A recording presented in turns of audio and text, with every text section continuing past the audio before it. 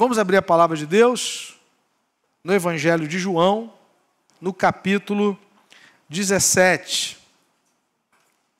O pastor Alexandre iniciou no domingo passado uma série de mensagens aqui sobre essa oração de Jesus, João capítulo 17. Lembrando que logo mais temos a nossa celebração às 18 horas.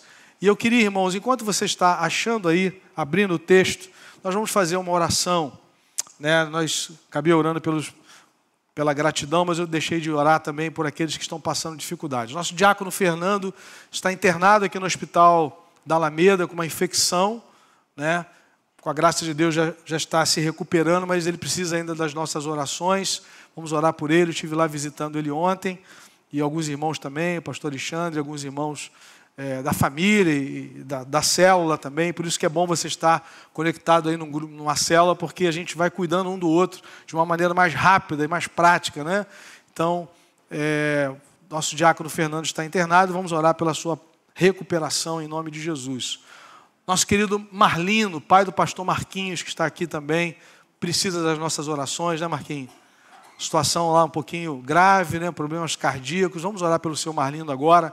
Foi membro aqui da nossa igreja, muito querido, né? Nós vamos tirar um momento agora de oração. E talvez você entrou aqui também com uma necessidade, alguém da sua família. Nós vamos orar agora, clamar ao Senhor por essas vidas, pedindo ao Senhor que venha, com a sua graça, alcançar esses irmãos queridos que estão necessitados aí de uma intervenção. Temos orado pela saúde do Nedes, nossa irmã Neorniza, graças a Deus, está em casa, e nós temos muitos desafios. Mércia está aqui com a gente hoje.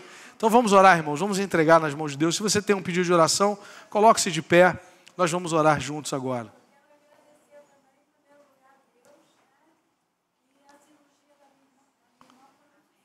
Glória a Deus. A igreja orou pela... Amém. Certo. Está bem, né? A igreja orou pela irmã da irmã Celina, que passou por uma cirurgia, já está em casa se recuperando para a glória do Senhor. Então nós vamos orar agora por essas vidas. Pastor Alexandre, por favor. Em nome de Jesus, vamos colocar diante de Deus essas necessidades, hein? Em nome de Jesus. Deus amado, nós cremos num Deus de cura. Um Deus que não apenas nos salva do inferno, da perdição eterna, nos leva, nos reconciliou consigo mesmo através de Cristo Jesus. Um Deus que nos dá vida eterna, mas é um Deus que nos cura também no nosso físico, na nossa mente, as doenças da alma. O Senhor é aquele que nos conhece perfeitamente. Amém. E queremos colocar diante do Senhor, Deus, a vida de cada irmão nosso que está enfermo, Deus, a vida do diácono Fernando, Deus, que está se recuperando, Senhor, a vida da Neorniza, a vida do Nedes, ó Deus, a vida, ó Deus, da tia Mércia, ó Deus. Em nome de Jesus, Pai amado, Pai. queremos colocar diante do Senhor a vida da Dona Lene, ó Deus, que começou o tratamento agora, Deus, em nome de Jesus, ó Deus, e tantos outros que muitas vezes nós Marlino, até Senhor, teu filho, esquecemos, seu Marlino, ó Deus, em nome de Jesus, Pai. Senhor amado, o Senhor sabe o que cada um deles precisa, o Senhor sabe qual a enfermidade que tem alcançado eles, mas a graça do Senhor é poderosa. Aleluia. Alcança os teus filhos para a glória do teu nome. E eu quero profetizar nessa manhã: haja cura. Amém. Para a glória do teu nome. Em nome de Jesus, nós já te agradecemos. Amém e amém. Amém. Glória a Deus. Quero mandar uma saudação especial para a dona Marli, irmã Marli, que está em casa assistindo a gente todo domingo. Seu Valdir também, querido, a irmã Gedida. Deus abençoe você. Marli está lá agora, feliz da vida, né? Recebendo essa saudação aí. Glória a Deus, queridos. Agora sim, vamos abrir a palavra de Deus, Evangelho de João, capítulo 17. A conhecida oração sacerdotal de Jesus. Ela está situada, como foi ministrado na semana passada, já nos momentos finais que se aproximavam da crucificação do Senhor Jesus Cristo. As instruções que começaram lá no capítulo 13, 14, 15, 16, em que Jesus foi tratando da sua partida, em que Jesus foi preparando o coração dos seus discípulos para esse momento tão decisivo na sua obra. Sobretudo, Jesus falou sobre a vinda do Espírito Santo, o Consolador, né? E aqui a gente vê, irmãos, o amor de Deus, o cuidado do Senhor, quando Jesus diz: não vos deixarei órfãos. Que coisa, que cuidado, né? Jesus é o supremo pastor da igreja. Ele estava cuidando daqueles discípulos, ele estava preparando aqueles discípulos para esse momento decisivo do seu ministério, que ele vai dizer, vai usar a expressão: é chegada a hora, né? Então nós vamos ler. O pastor Alexandre ministrou semana passada do verso 1 ao verso 6. Eu vou ler novamente esse texto, mas nós vamos até o verso 19. Nós vamos focar do verso 6 ao 19 nessa manhã. Mas talvez você não esteve aqui no domingo passado. Nós vamos reler os primeiros versículos e vamos avançar até o verso 19 nessa manhã. Depois de dizer essas coisas têm a ver com que Jesus começou a falar lá no capítulo 13, preparando os discípulos para a vinda, para a descida do Espírito Santo e para a sua partida. Depois de dizer essas coisas, Jesus levantou os olhos ao céu e disse: Pai, é chegada a hora. Glorifica o teu Filho, para que o Filho glorifique a ti. Assim como lhe deste autoridade sobre toda a humanidade, a fim de que ele conceda a vida eterna a todos os que lhe deste. E a vida eterna é esta: que conheçam a ti, o único Deus verdadeiro, e a Jesus Cristo, a quem enviaste. Eu te glorifiquei na terra, realizando a obra que me deste para fazer. E agora, ó Pai, glorifica-me contigo mesmo, com a glória que eu tive junto de ti, antes que houvesse mundo. Manifestei o teu nome àqueles que me deste do mundo. Eram teus, tu os deste a mim, e eles têm guardado a tua palavra. Agora eles reconhecem que todas as coisas que me tens dado provêm de ti, porque eu lhes tenho transmitido as palavras que me deste. E eles as receberam, verdadeiramente reconheceram que saí de ti e creram que tu me enviaste. É por eles que eu peço. Não peço pelo mundo, mas por aqueles que me deste, porque são teus. Todas as minhas coisas são tuas e as tuas coisas são minhas, e neles eu sou glorificado. Já não estou no mundo, mas eles continuam no mundo, enquanto eu vou para junto de ti. Pai Santo, guarda-os em teu nome, que me deste, para que eles sejam um, assim como nós somos um. Quando eu estava com eles, guardava-os no teu nome que me deste. Eu os protegi, e nenhum deles se perdeu, exceto o filho da perdição, para que se cumprisse a Escritura.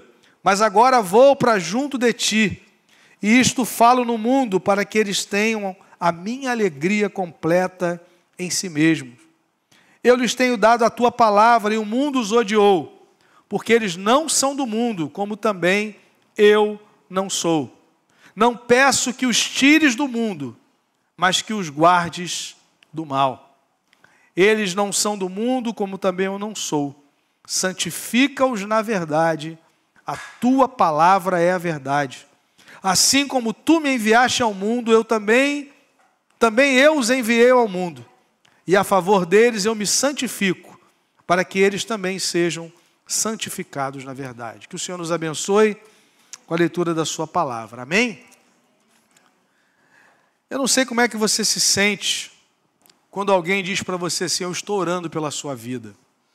Eu vou ser muito sincero com os irmãos, isso me alegra demais, né? Saber que alguém está orando pela minha vida. E algumas pessoas até ligam ou mandam uma mensagem, né? Tem um irmão que não é mais aqui da nossa igreja, de vez em quando, aquela mensagenzinha lá no celular, eu olho assim, 3:30 da manhã, eu falei: meu Senhor da glória. Eu falei assim: pastor, eu estou orando pelo Senhor.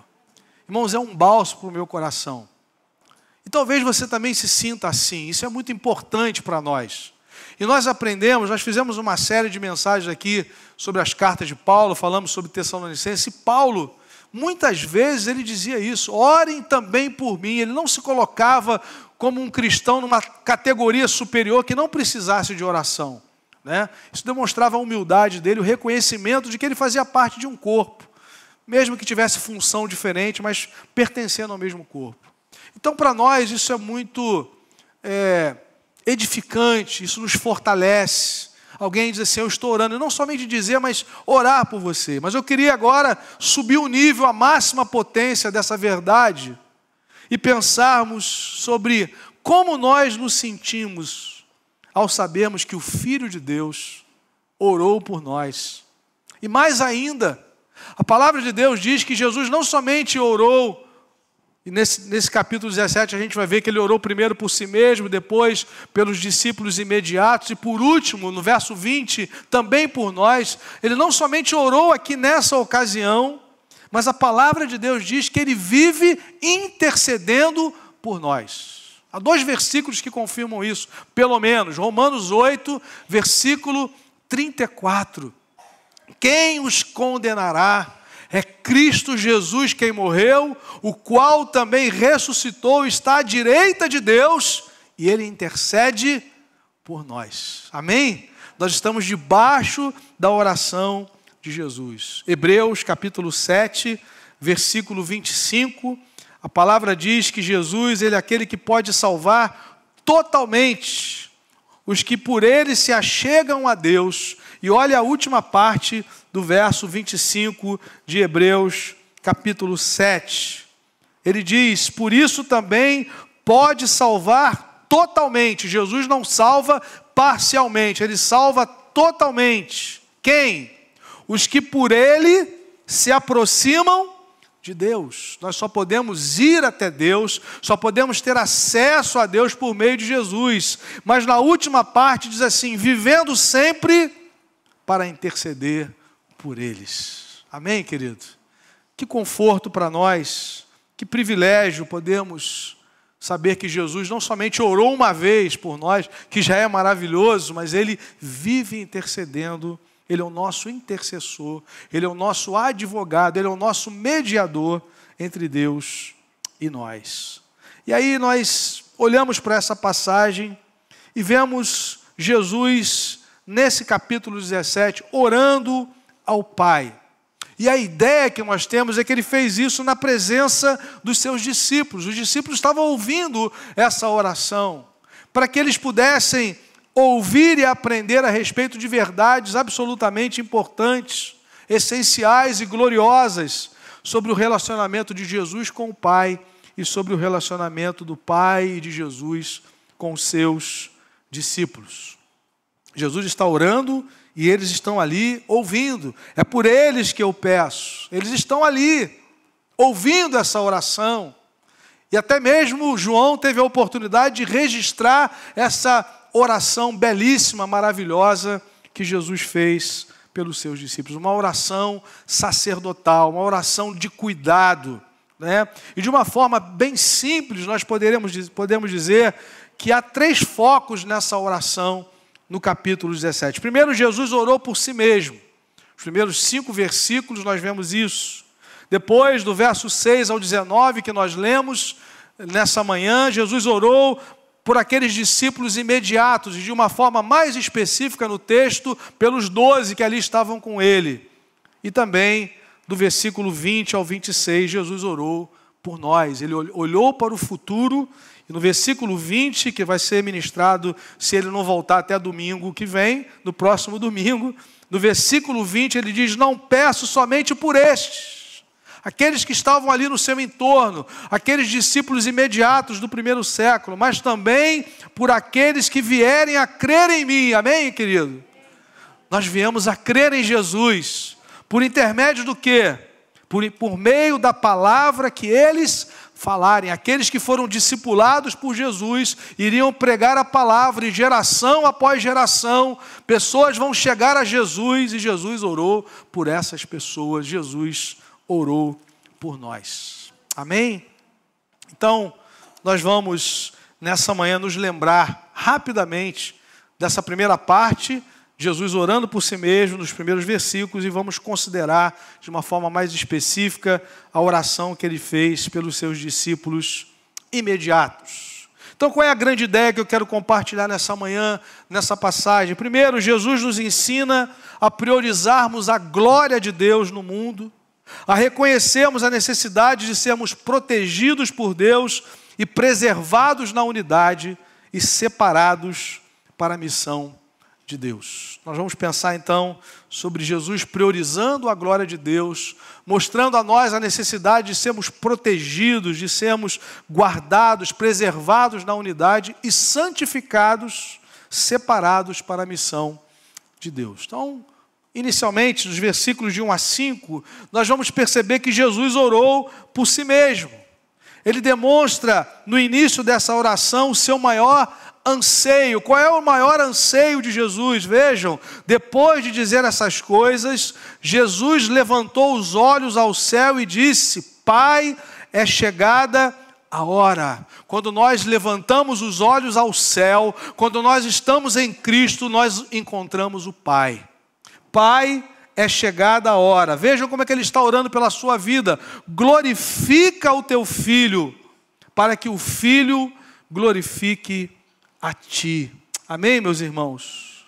Jesus está nos mostrando o que é prioritário no nosso relacionamento com Deus. Qual era o seu maior anseio? Trazer glória para o nome do Pai, glorificar o Pai. Quando ele ensina aquela oração que nós chamamos de Pai Nosso, a oração do Senhor, ele diz: santificado seja o teu nome. É a nossa prioridade. Venha o teu reino, seja feita a tua vontade.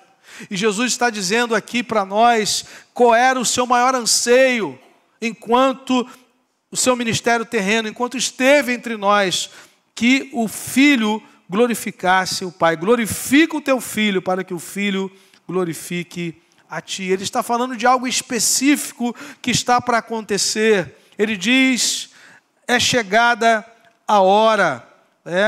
É chegada a hora. Glorifique, Pai, é chegada a hora. Ele está se referindo a algo especial que se aproximava. Ele estava prestes a ser entregue e logo ser crucificado. Nesse capítulo 17, nós vamos perceber que ele investiu naqueles 12, Jesus amou o mundo, Jesus ministrou a multidão, mas ele discipulou poucas pessoas, ele derramou a sua vida sobre poucas pessoas, e parte dessa obra estava sendo concluída aqui. Ele está como que fazendo uma prestação de contas, dizendo no versículo 4, eu te glorifiquei na terra. Então, parte daquilo que ele veio fazer já estava consumado nesse discipulado, nesse derramar da sua vida sobre aqueles homens. Eu te glorifiquei na terra, realizando a obra que me deste para fazer. Ele ainda não tinha ido à cruz, mas aqui ele está se referindo àqueles homens que foram cuidados, que foram treinados, que receberam dele o chamado de irem após ele e depois serem pescadores de homens, estarem com ele para depois serem enviados. E aqui há um ponto interessante. No final do seu ministério terreno, caminhando para o desfecho, Jesus diz: eu te glorifiquei na terra. Amados irmãos, como cristãos, como discípulos de Jesus, eu creio que essas deva ser o nosso maior anseio também. Chegar no final da nossa jornada, nesse mundo, como discípulos de Jesus, como servos do Senhor, como adoradores, como cristãos, e dizemos: eu te glorifiquei na terra. Você tem pensado nisso? Essa não é uma questão para nós pensarmos nos momentos que antecederão a nossa partida, até porque nós não temos ingerência sobre isso. Isso aqui é um estilo de vida. Isso aqui é um alvo, é um propósito de vida. Eu te glorifiquei na terra. Algo parecido com isso é aquilo que Paulo diz em 2 Timóteo 4. Combati o bom combate. Irmãos, quando Paulo diz que ele combateu o bom combate, é porque existem combates que não são bons, que não são para nós. Combati o bom combate, completei a carreira e guardei a fé. Guardei no sentido de preservei. Agora, o que me aguarda é a alegria. E Jesus fala sobre isso aqui. Jesus queria que os seus discípulos fossem tomados dessa alegria, porque ele estava voltando para o Pai. Agora vou para junto de ti, versículo 13. E isto falo no mundo para que eles tenham a minha alegria completa em si mesmo. Hebreus nos dá essa indicação, Em troca da sua alegria, ele suportou a cruz, a alegria de voltar para o Pai. Irmãos, quando os nossos olhos se fecharem aqui, nós vamos estar com o Pai na eternidade, porque Jesus pagou a nossa dívida. Isso deve ser motivo de alegria. Mas em resposta a esse amor, nós deveríamos ter o mesmo propósito de Jesus. Pai, eu quero glorificar o teu nome. Glorifica o teu Filho, para que o Filho glorifique a ti. Ele está pedindo por si. E ele está dizendo, eu te glorifiquei na terra. E ao declarar, chegou a hora, Jesus está nos mostrando que o ponto máximo da redenção estava se aproximando, e a gente vê nessa expressão a soberania de Deus. Por quê, irmãos? Porque quando nós lemos o Evangelho de João, em alguns versículos, Jesus diz assim, ainda não é chegada a minha hora. João capítulo 2, versículo 4. Lá na festa em Caná da Galileia, Maria chega para ele e fala assim, faltou vinho. Faltar vinho naquela festa é igual faltar Coca-Cola no nosso casamento aqui, João? Já viu, Um olhando para a cara do outro, 42 graus de calor, ar-condicionado do salão quebrado, e o pessoal com sede, comendo bolo e doce à vontade, cajuzinho para todo lado. Acabou. E agora? O vinho era sinal de alegria, de celebração. Jesus falou assim, ainda não é, mulher, não é chegada ainda a minha hora. João, capítulo de número 7, no versículo 8, os irmãos de Jesus falam assim, olha, está na hora de você aparecer. Você está muito aqui na periferia. Você tem que ir. Aparecer lá em Jerusalém. É festa, é uma grande oportunidade de você divulgar o seu ministério. Leva uns folders, faz uma divulgação, faz um evento lá, um ar livre. João 7, versículo 8. Vocês vão para a festa, eu não vou, porque meu tempo ainda não se cumpriu. Capítulo 8, versículo 20. João 8, verso 20. Jesus proferiu essas palavras perto da caixa de ofertas, quando ensinava no templo. Ninguém o prendeu, porque ainda não havia chegado a sua hora. Mas olha agora para João capítulo 12, versículo 23. João 12, 23. A palavra do Senhor nos diz que Jesus também estava numa festa. E alguns gregos queriam ver Jesus. Olha que declaração linda, lá no final do versículo 21. Senhor, queremos ver Jesus. Os gregos se dirigiram a Filipe de Betsaida. Queremos ver Jesus. O maior anseio da nossa vida é ver o Filho de Deus. E aí, no versículo 23, Jesus se dirigiu a eles dizendo, é chegada a hora de ser glorificado o Filho do Homem. São as mesmas palavras de João 17, versículo 1. É chegada a hora, o Deus soberano marcou esse tempo, o dia da redenção. O dia que Deus manifestou de uma maneira mais evidente o amor que Ele tem por mim e por você, fazendo o seu Filho sangrar naquela cruz, nos substituindo naquela cruz. Bendito seja o nome do Senhor. Todo menino judeu via crescendo, os animais sendo levados para o templo. Talvez na sua própria casa ali, alguns animaizinhos. E sempre o fogo ardia constantemente. E o animal devia ser sem defeito, sem mácula. Malaquias denuncia os sacerdotes dos seus dias, dizendo, leva esse animal cego e defeituoso para o seu governador, vê se ele vai aceitar, porque Deus não vai aceitar isso. Porque esses animais apontavam para o caráter perfeito do Filho de Deus, sem mácula, sem defeito. Estava chegando a hora que o Cordeiro que veio para tirar o pecado do mundo, seria imolado naquela cruz. É chegada a hora bendita, a hora da redenção. A hora mais importante para mim e para você, querido. Nós estávamos perdidos, mas Deus envia o seu Filho amado para nos substituir naquela cruz. Morte substitutiva, o Cordeiro perfeito, sem mácula. Pedro vai dizer: nós não fomos comprados com prata nem com ouro, mas com o precioso sangue do Cordeiro, sem defeito e sem mácula, conhecido antes da fundação do mundo. Meu irmão, a minha salvação e a sua salvação não foi feita de última hora, não foi planejada como um plano B. Deus não tem plano B, o plano A é Jesus, o sangue de Jesus. Deus pensou em você na eternidade. O Filho disse: eu vou morrer. E agora o Filho diz: é chegada a hora. Aleluia. É chegada a hora. Bendito seja o nome do Senhor. Foi dada a Jesus a autoridade, uma autoridade específica, conceder a vida eterna àqueles que o Pai lhe deu. Em outras palavras, a visão de Jesus é que o Pai é glorificado quando pessoas vão até Ele para receberem a vida eterna. E Jesus nos traz aqui a maior definição de vida eterna que nós encontramos nas Escrituras, no verso 3. E a vida eterna é esta: que conheçam a Ti, o único Deus verdadeiro, e a Jesus Cristo, a quem enviaste. Só podemos conhecer a Deus porque Deus, o Filho, o revelou. Só podemos conhecer a Deus e ter acesso a Deus porque Deus, o Filho, pagou a nossa dívida naquela cruz.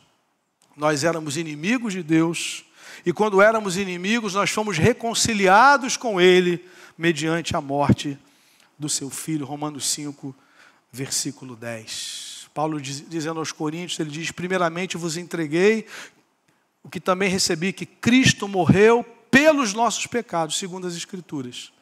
Ressuscitou ao terceiro dia, foi sepultado e ressuscitou ao terceiro dia, segundo as Escrituras. Amém, irmãos? Então percebam que na primeira parte dessa oração ele está orando por si mesmo. Pai, glorifica o teu Filho, para que o Filho glorifique a Ti.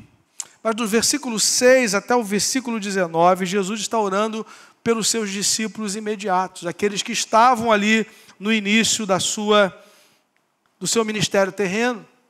Como Jesus se referiu aos seus discípulos imediatos, e no caso específico aqui do texto, os 12 que estavam com ele, desde lá o capítulo 13, quando ele lavou os pés dos seus discípulos, quando ele estava preparando 14, 15, 16, sobre a vinda do Espírito Santo. Quem são estes? Esses são os que o Pai lhe deu. Agora, como é que podemos identificar aqueles que o Pai lhe deu? A gente não tem como identificar isso, né? Não tem um aparelho ali a gente fica ali na entrada, passou pela porta, tem um aparelho, esse o Pai lhe deu, aí dispara, começa a apitar, não tem como. Existem marcas, existem evidências que o Senhor coloca naqueles que Ele comprou, que Ele resgatou. Eles têm guardado a palavra, verso 6. Manifestei o teu nome àqueles que me deste do mundo. Eram teus, tu os deste a mim, eles têm guardado a tua palavra. Palavra que foi transmitida por Jesus. Eles foram discipulados por Jesus. Jesus amou o mundo, ministrou a multidão, mas discipulou poucos. Preparando essas pessoas para darem continuidade à obra do Evangelho, a expansão do reino de Deus. Então, a evidência de que esses foram escolhidos, que foram dados pelo Pai, eles ouviram a palavra de Jesus, eles guardaram a palavra. Lembra lá da parábola do semeador? Existe um solo que absorve a semente, que frutifica. Jesus também diz aqui no Evangelho de João que aqueles que são dele permanecem na palavra. João capítulo 8. Aqueles que guardam a minha palavra são verdadeiramente os seus discípulos. Isso é uma marca de identificação. É gente que leva a palavra de Deus a sério. É gente que guarda a Escritura no coração. Bendito seja o nome de Jesus. João 8:31. Então Jesus disse aos judeus que haviam crido nele: se vocês permanecerem na minha palavra, são verdadeiramente meus discípulos. Conhecerão a verdade e a verdade os libertará. Amém? Uma marca que identifica quem é discípulo de Jesus é que ele guarda a palavra de Deus. Guarda a palavra de Deus mesmo no meio de perseguição. Guarda a palavra de Deus mesmo no meio de dificuldade e responde aos desafios desse mundo, aos desafios da vida, confiado na palavra do Senhor que está no seu coração. Amém, queridos?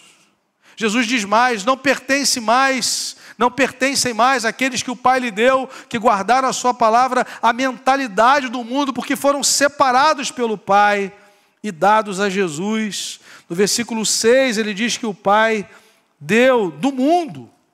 Foram aqueles que o Pai lhe deu do mundo, foram tirados desse mundo, desse sistema, desse governo que coloca Deus do lado de fora. A nossa mentalidade agora é do reino de Deus. No versículo 14, Jesus diz: eu lhes tenho dado a tua palavra e o mundo os odiou. Por que o mundo odeia a igreja? Por que o mundo odeia Jesus e os discípulos de Jesus? Porque eles não são do mundo, como também eu não sou. Nós não pertencemos mais a esse esquema do mundo. O que Paulo diz: não vos conformeis com este mundo, com este século. Não tome a forma. Há um esquema de um mundo manipulado por Satanás.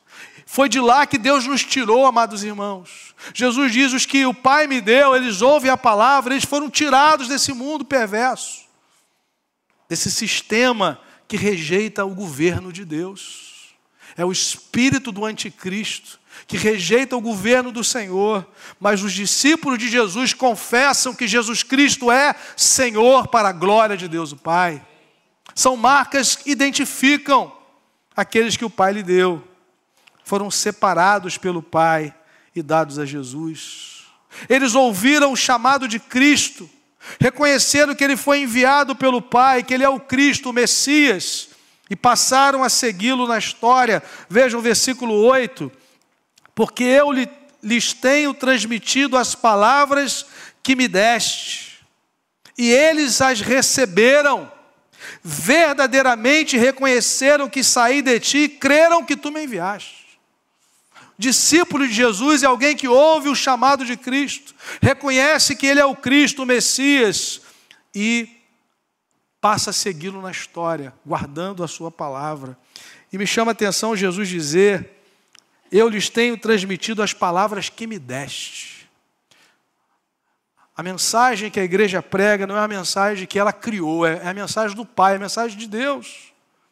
E nós precisamos ser fiéis na pregação do Evangelho no nosso dia a dia. Isso é verdade na vida de todo discípulo de Jesus, ou seja, quem de fato é discípulo de Cristo vai ouvir a palavra e vai crer, e vai colocá-la em prática.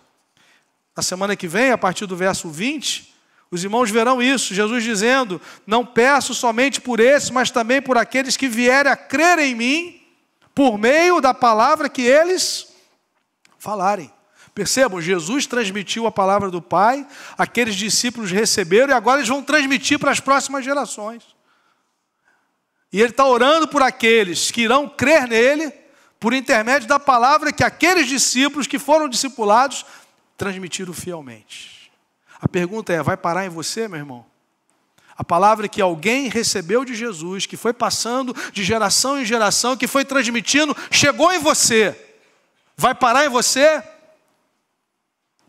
Jesus diz: aqueles que vão crer em mim por intermédio da palavra que você, membro do corpo de Cristo, vai levar adiante para a glória do Senhor, em nome de Jesus. Quais foram os alvos da oração de Jesus por seus discípulos imediatos e que se estendem também a nós? Se olharmos para o texto, Jesus pede por proteção e santificação para a missão. Percebam que Jesus, no versículo 11, revela a esses discípulos algo que estava para acontecer. Versículo 11, já não estou no mundo. Jesus está falando já da sua partida.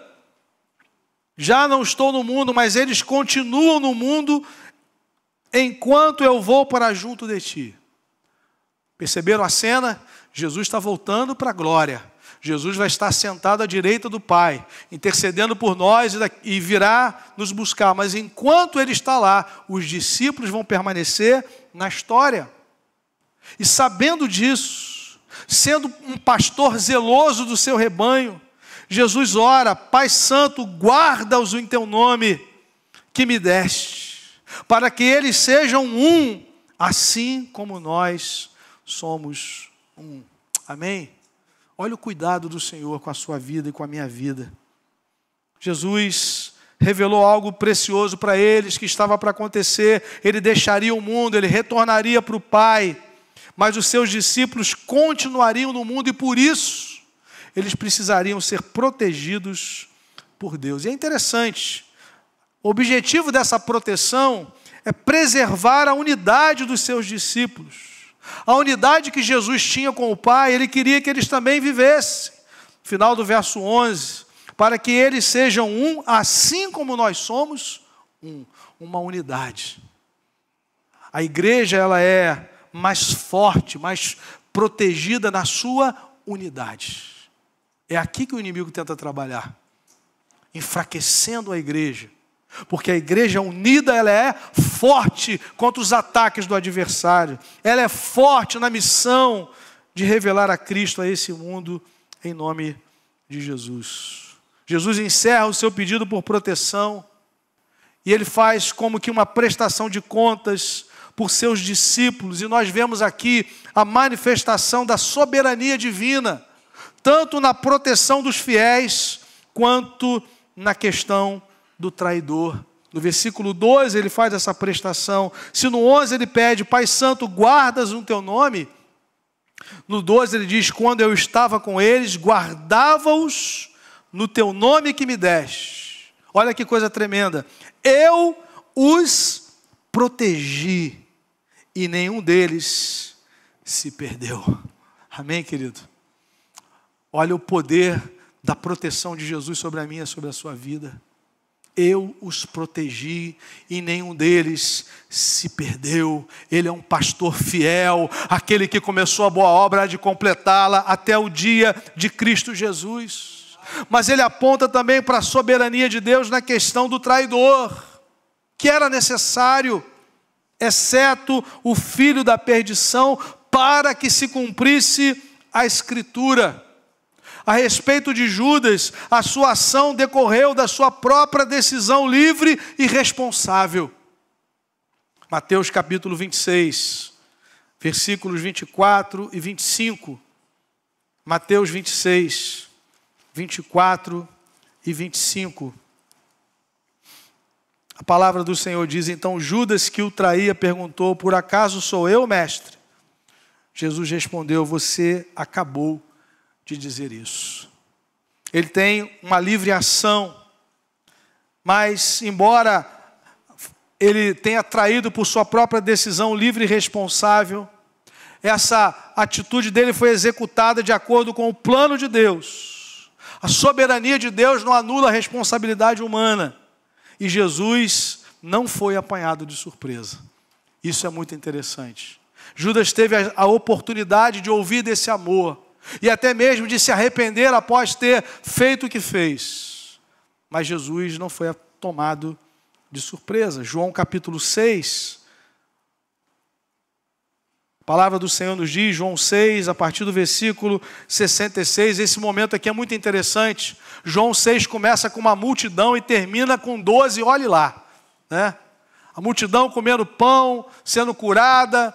E aí, no dia seguinte, vão atrás de Jesus. Jesus fala assim: olha, vocês estão vindo atrás de mim, não porque viram sinais, mas porque comeram pão. Trabalhai, verso 27, não pelo pão que perece, mas por aquele que subsiste para a vida eterna, o qual o Filho do Homem recebeu o selo de Deus. Só Ele pode dar a vida eterna. Essa deveria ser a grande ambição do coração de vocês. Aí Jesus continua o capítulo 6 e começa a dizer assim: olha, esse negócio de ficar vindo só de vez em quando, esse negócio de só querer oração para aliviar o problema, Quem quiser ser meu discípulo tem que comer a minha carne e beber o meu sangue. Tem que ter aliança comigo. Começa a funilar. Qual o resultado disso, querido? Enquanto está tudo festa, vem quando quer, faz o que quer, ora quando quer, dá testemunho quando quer, contribui quando quer. Está todo mundo lá. Agora Jesus falou assim, agora não. Eu sou o Filho do Homem. A minha carne é a verdadeira comida, o meu sangue é a verdadeira bebida. Quem comer a minha carne e beber o meu sangue tem vida. Versículo 66. Muitos dos seus discípulos, tendo ouvido tais palavras, disseram, duro é este discurso. Quem pode suportá-lo? Mas Jesus, sabendo por si mesmo que os seus discípulos murmuravam a respeito do que ele havia falado, disse-lhes, isto escandaliza vocês? Que acontecerá então se virem o Filho do Homem subir para o lugar onde primeiro estava? O Espírito é o que vivifica, a carne para nada aproveita. As palavras que eu lhes tenho falado são Espírito e são vida. Mas há descrentes entre vocês. Isso aqui me assusta, hein? Há descrentes entre vocês. Ora, Jesus sabia desde o princípio quais eram os que não criam e quem iria traí-lo. E prosseguiu, por causa disto é que falei para vocês que ninguém poderá vir a mim se não lhe for concedido pelo Pai. Ou seja, não é do seu coração, é uma obra que Deus faz na nossa vida. Não é fogo de palha, não é algo conveniente. Diante disso, verso 66, muitos dos seus discípulos o abandonaram e já não andavam com ele. Eu não sei se pode ser chamado de ex-discípulos, né? Qual é a terminologia da época? Hoje é desigrejado, é ex-crente, eu não sei. Mas nessa época aqui, só diz assim, muitos dos seus discípulos o abandonaram, não sei para onde que foram. Já não andavam com ele, porque o princípio do discipulado é, tem um mestre e você vai atrás dele. Vinde após mim. Jesus vai à frente e você vai atrás dele. Essa é a ideia do discipulado. Ele é o Senhor, você é um seguidor. Só que aqui diz que já não andavam com ele. Quem eles passaram a seguir, eu confesso que não sei. Eu tenho uma certa impressão. Porque só tem duas opções. Versículo 67. Então Jesus perguntou aos 12, será que vocês também querem se retirar? Imagina, irmão, no meio do culto. O pessoal levantando. Às vezes acontece, né? Vai levantando, vai para lá, vai para cá, vai para lá, vem para cá. Jesus falou assim, ó, se vocês quiserem ir embora, é só a rampa é essa aqui. Pode ir lá em cima primeiro, dar uma olhada no prédio, desce direto e vai embora. Quiser ir embora, fica à vontade. Né? E aí vem a resposta tremenda. Simão Pedro respondeu, Senhor, para quem iremos? Não é para onde, não é para quem, porque Jesus é uma pessoa. Nós servimos uma pessoa, nós adoramos a uma pessoa.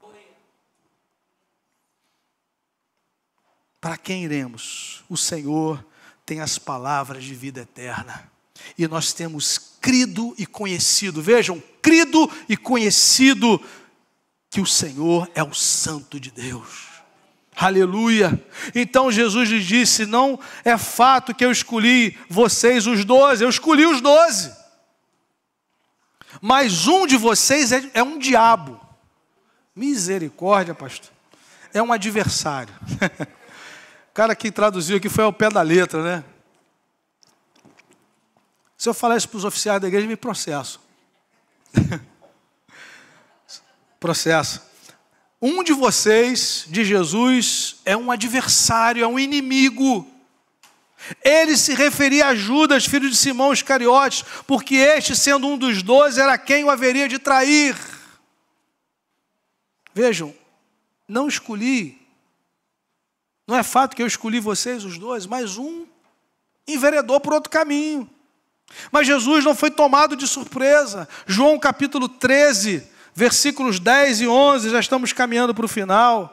Jesus está lavando os pés dos discípulos. Jesus respondeu, quem já se banhou não precisa lavar nada a não ser os pés, Pois quanto ao mais está todo limpo, e vocês estão limpos, mas não todos. Pois ele sabia quem era o traidor. Foi por isso que disse, nem todos estão limpos. Irmãos, resumindo o que a Bíblia diz, o Senhor conhece os que lhe pertencem. Há muitas pessoas que são chamadas de cristãos nominais, que ainda não nasceram da água e do Espírito, e precisam fazer isso, precisam se render a Cristo, implorar a graça de Deus. O que nós podemos fazer é pregar o Evangelho, mais nada. Quem convence, quem converte, quem restaura, regenera, renova, é o Espírito Santo. É o lavar regenerador e renovador do Espírito Santo, conforme Paulo diz a Tito no capítulo 3. O fato de andar no meio não significa que é. Precisa nascer da água e do Espírito. O que é nascido da carne é carne, o que é nascido do Espírito é Espírito. Importa nascer de novo. Se você ainda não nasceu de novo, peça ao Senhor, Senhor, regenera a minha vida, isso é obra tua. Em nome de Jesus. Para a glória de Deus. E além de orar pela proteção dos seus discípulos, que permaneceriam no mundo, e estariam expostos aos ataques do diabo e ao ódio daqueles que rejeitaram a Cristo, Jesus também orou pela santificação dos seus discípulos. Percebam? Versículo 14 ao 16, ele ora por eles que ainda permaneceriam no mundo. Não peço que os tires do mundo, verso 15, mas que os guardes do maligno. Que coisa tremenda, né, irmãos? Nós não somos tirados do mundo. A igreja é a luz do mundo, é o sal da terra. Não adianta a gente pedir, Senhor, me tira desse mundo. Ele vai fazer isso quando ele for levar você, ou levar a igreja. Mas enquanto a gente está aqui, nós estamos em missão. Ele fala sobre isso. Por isso que ele ora, Senhor, que eles sejam santificados, que eles sejam separados para essa missão. Irmãos, Deus separou um povo para a sua missão, e esse povo é a igreja que foi redimida, resgatada, ela foi enviada a esse mundo. O mundo nos odeia, porque odiou a Cristo. Versículo 16, eles não são do mundo, como também eu não sou. O padrão que rege a nossa vida não é mais o padrão mundano. É o reino dos céus. É o governo de Deus que está sobre nós. Nós estamos sob nova direção. Nós estamos sob um novo governo. Nós fomos tirados do império das trevas e trazidos para o reino do seu Filho amado. Há um Senhor sobre nós. O seu nome é Jesus Cristo, Filho de Deus. E nós queremos glorificá-lo na história até que Ele venha, em nome de Jesus. Ele sabia que os discípulos iam permanecer no mundo, por isso ele está pedindo proteção, unidade, mas também ele está orando pela santificação dos seus discípulos. Santifica-os na verdade. A tua palavra é a verdade. Não existe santificação sem a palavra. Assim como Deus usa a palavra para a nossa regeneração, nós fomos regenerados por uma semente incorruptível da palavra, 1 de Pedro 1. A santificação da igreja passa pela palavra. Em Efésios 5, Jesus diz que, Paulo falando sobre Jesus, que ele se entregou pela sua igreja, o marido deve amar a esposa como Cristo amou a igreja, se entregou por ela, está a lavando, a purificando pela lavagem de água pura da palavra, para apresentá-la a si mesmo, igreja gloriosa. O mesmo Jesus que pagou a nossa dívida na cruz, hoje está nos santificando para nos apresentar a Ele. A igreja de Jesus é composta por homens e mulheres redimidos, comprados pelo sangue do Cordeiro, que estão sendo santificados e que serão glorificados no Senhor. Amém, amado? Santifica-os na verdade. A ideia aqui é de uma separação para uma obra, para um propósito. Assim como tu me enviaste ao mundo, verso 18, eu também os enviei. E aqui vejo mais uma prova do amor de Jesus por nós, verso 19. E a favor deles eu me santifico, para que eles também sejam santificados. Jesus se separou. Ele foi enviado para nos comprar para a glória de Deus. Ser santificado é ser feito santo, separado para Deus. Jesus pede ao Pai que santifique os seus discípulos. Ele foi separado para a sua missão e seus discípulos precisam ser separados para a missão de Deus no mundo. E essa é a resposta ao amor de Deus revelado no Evangelho. Amém, querido? Quando você consagra a sua vida ao Senhor, seu resultado do Evangelho na sua vida é uma resposta. Resposta ao amor de Deus. Resposta à consciência de que você foi chamado. Assim como o Pai me enviou, eu também vos envio. Essa obra foi dada à igreja. Existem coisas que ONGs podem fazer, que outras instituições humanas podem fazer, que o governo pode fazer, mas há algo que só a igreja pode fazer. Ser discípulo de Jesus, ser sal da terra, ser luz do mundo, proclamar o reino, abençoar. Amém, querido? Está ao vivo mesmo o negócio, hein? Tá legal, tá legal. Glória a Deus. Ao vivo é assim mesmo. O varão não desligou, baixou o som, já reverberou aqui. Muito bem. Essa é a resposta ao amor de Deus revelado no Evangelho. João 15, versículo 13, Jesus diz: ninguém tem maior amor do que este, de alguém dar a própria vida pelos seus amigos. Amém? Quando nós nos separamos para essa obra, nós estamos respondendo a esse amor, em nome de Jesus. 3 aplicações, amados, nós vamos orar. Primeira delas, nessa oração nós temos a revelação de que somente Jesus Cristo recebeu a autoridade de conceder a vida eterna.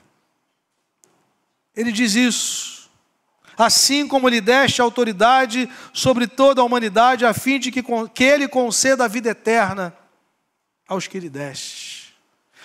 A pergunta que eu faço para você nessa manhã: você já depositou nele a sua total confiança para a sua salvação eterna? Amados irmãos, a Bíblia diz que não há salvação em nenhum outro nome.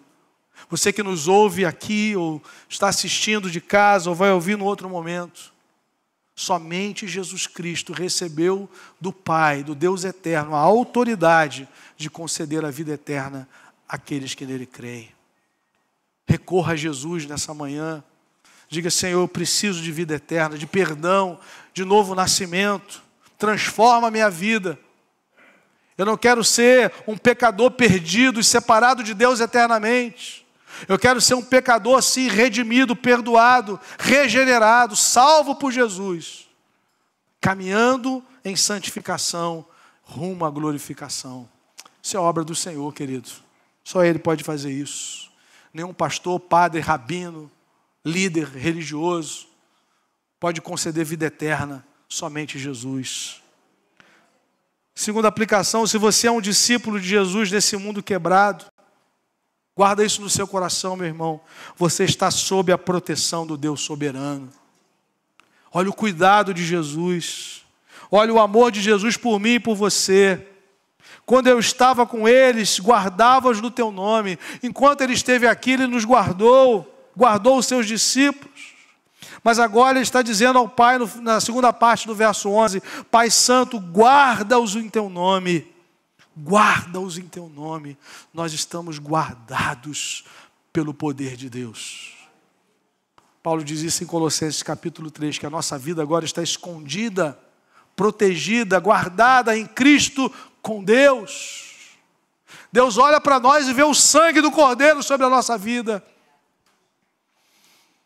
Eu me lembro daquela figura da galinha protegendo os seus pintinhos para não ser tomada pelo predador, o gavião, rondando. Ele não consegue enxergar os pintinhos porque estão debaixo da proteção. Jesus diz: era isso que eu queria fazer com você, Jerusalém. Você rejeitou, mas nós que cremos nele estamos debaixo das suas asas. Sob as tuas asas estarás seguro. Aquele que habita no esconderijo do Altíssimo, a sombra do Onipotente descansa. Louvado seja Deus. Esse é o lugar mais seguro para você, está debaixo do sangue de Jesus. Recorra a Ele, a esse refúgio eterno. E por último, querido, peça a Deus que santifique a sua vida e a use para a glória dEle nesse mundo. Separe-se para o Senhor. Nesse mundo tão perverso, todo quebrado, com convites completamente vãos, vazios. nós somos desafiados a nos separar para Deus, para servir as pessoas. Foi isso que Jesus disse. Eu me consagrei para isso. Verso 19. Eu me consagrei para isso. A favor deles eu me santifico. Mas com um propósito, para que eles também sejam santificados na verdade. Ele deu o exemplo para nós. Ele se rendeu por nós, para que nós possamos entregar a nossa vida para Ele. Para chegar no final da nossa trajetória, podemos dizer como Ele disse: eu te glorifiquei na terra. Que seja esse o propósito da minha e na sua vida, em nome de Jesus. Vamos orar, querido? Feche seus olhos. Coloque a sua vida diante do Senhor. O Filho de Deus orou por você, orou por mim e vive intercedendo por nós. Nós estamos debaixo da sua proteção, nós estamos debaixo do seu amor, da sua graça, mas também estamos debaixo da sua ordem de sermos e fazermos discípulos. Assim como o Pai me enviou, eu também vos envio. Que Deus possa usar você nessa nova semana, a mim também, a todos nós, a sua igreja, essa nova semana que se inicia, para sermos testemunhas desse amor maravilhoso. Vamos ficar em pé? Em nome de Jesus. Seu?